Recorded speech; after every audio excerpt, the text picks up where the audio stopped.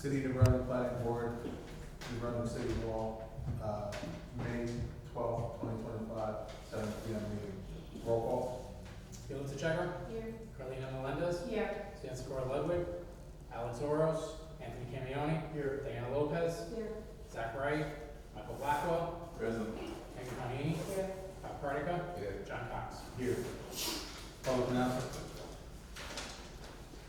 Please be advised that the notice requirements of the Open Public Meeting Act have been complied with and satisfied in the annual notice, which gives sufficient notice of the time, place, and conduct of all public meetings of the planning board. The city of New Brunswick has filed with city clerk, placed an appropriate bulletin board in the lobby of City Hall, 78 Baker Street, New Brunswick, New Jersey, and has been transmitted to official newspapers of the city of New Brunswick, namely the home and shipping this building.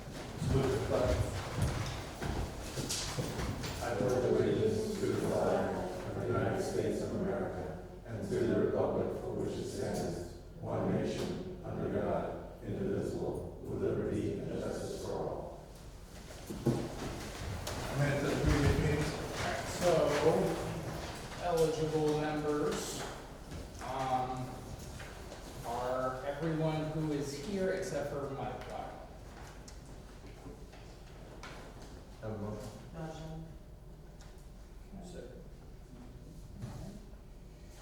Great, what's the checker? Yes. Selena Melendez? Yes. Anthony Camion? Yes. Diana Lopez? Yes. Megan Connie? Yes. Bob Carter? Yes. John Cox? Yes. Okay. Setting down time of master plan update hearing. So, we had intended to get this slated for the June 9th meeting, but with notice requirements, I think it's going to be a little tight. So what's likely going to happen is that for the June 9th meeting, we will probably have the Big Nell planning re-examination report that we had them set out to do at the beginning of last year. Because we're basically done with that.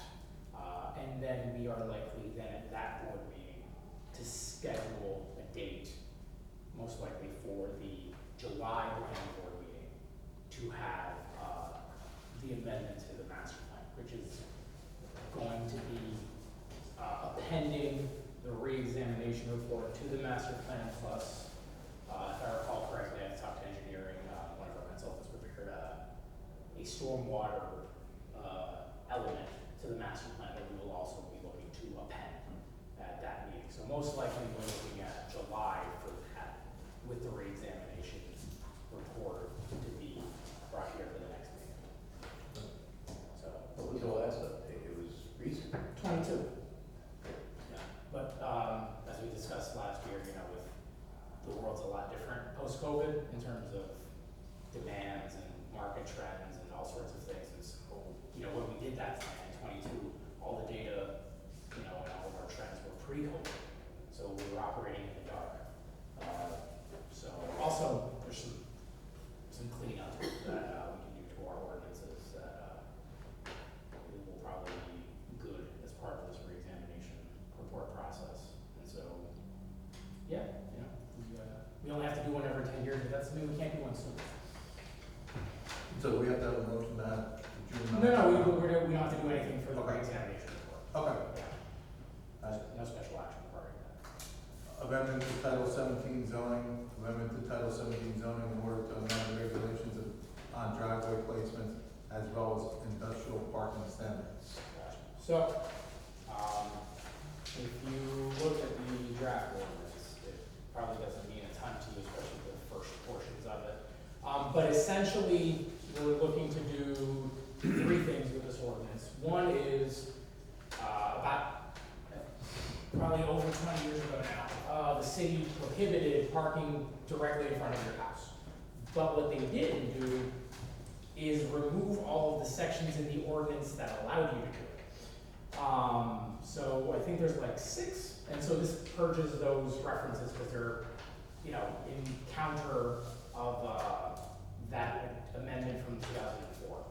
These were predated that from the 90s, maybe even older than that, but nobody removed it when they added the prohibition. So that's just clean. This would allow for properties that have multiple frontages, so let's say a corner property, they would have, provided that they comply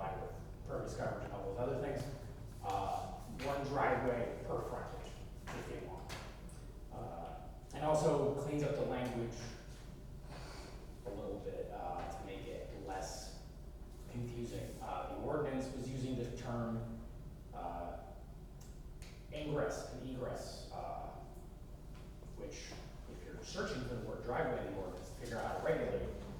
Not exactly the term I would look for. So we add the word driveway in there to make it clear. We put it in the section called off-street parking and loading, where it makes sense for it to live rather than where it is buried deep in the zoning code. Additionally, and this is something that was most likely going to come through with the re-examination report, but given that we were talking about driveways, I felt like that there was a bit of a nexus here.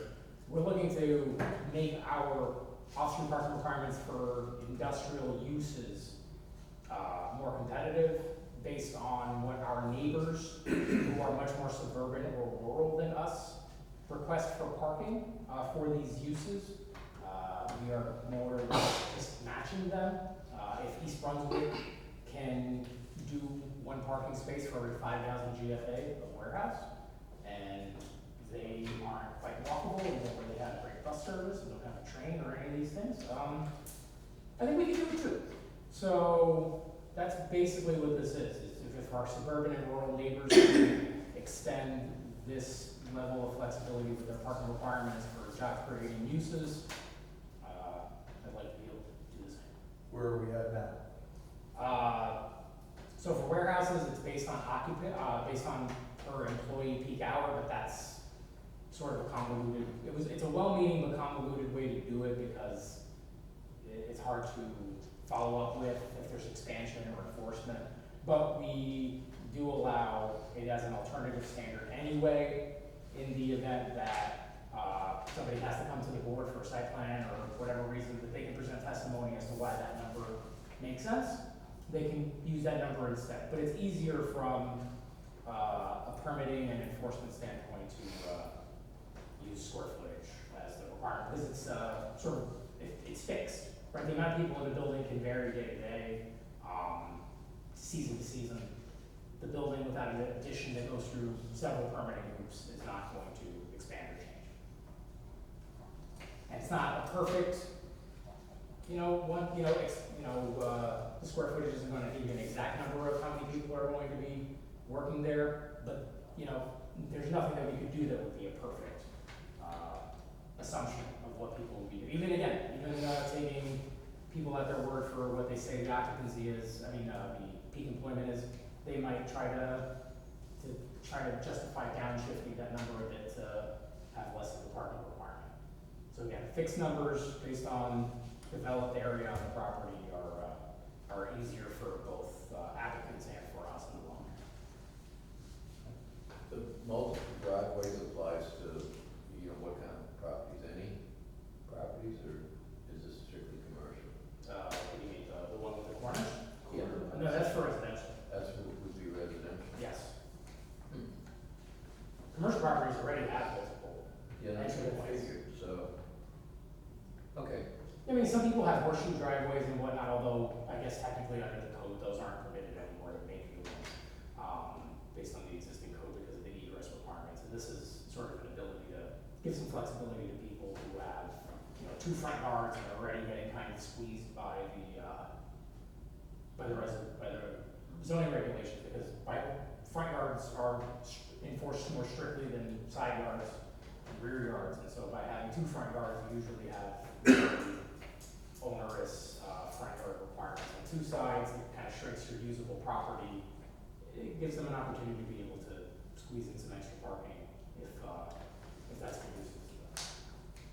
They also have to be, I think there's a rule about 50 feet from an intersection and stuff like that. That's already in the code, so they're not going to be, sandwiched on top of each other. But most lots, especially at the long side, which is usually the corner side, is about 100 feet. So you got some wiggle room to make that work, assuming you comply with the impervious coverage requirements and all that other stuff. And there's no way of getting around a 50-foot from like a stop sign or an intersection, right? Well, Or can the so zoning I don't know, board- because that's really comes from an engineering standard, right? Like you can't park on the street, 25 from a crosswalk, 50 from a stop sign, right? I don't know if there is a state law that imposes the 50-foot for a driveway, or if it's just sort of a logical leap to keep, because of the distance, or you also don't want people just backing out right into the middle of an intersection Yeah, if that's possible. it, right. But I couldn't tell you for sure, but I've seen it in multiple other codes, so I assume that there's a basis besides, hours only within these. Okay. Any other board member have questions? Do we have to open this to the public? Yes. Anyone from the public wish to comment on this amendment? Seeing none, public portion is closed. Can I have a motion? Motion. I'll second. Ruth Checa? Yes. Julian Melendez? Yes. Anthony Camioni? Yes. Dan Lopez? Yes. Mike Blackwell? Yes. Sam Panini? Yes. Cardica? Yes. John Cox? Yes. Thank you. Other matters of interest to the public, anyone from the public have any comments or concerns want to bring to their attention? Seeing none, I'm going to close portion. Do I have a motion to adjourn? Motion. Second. All in favor?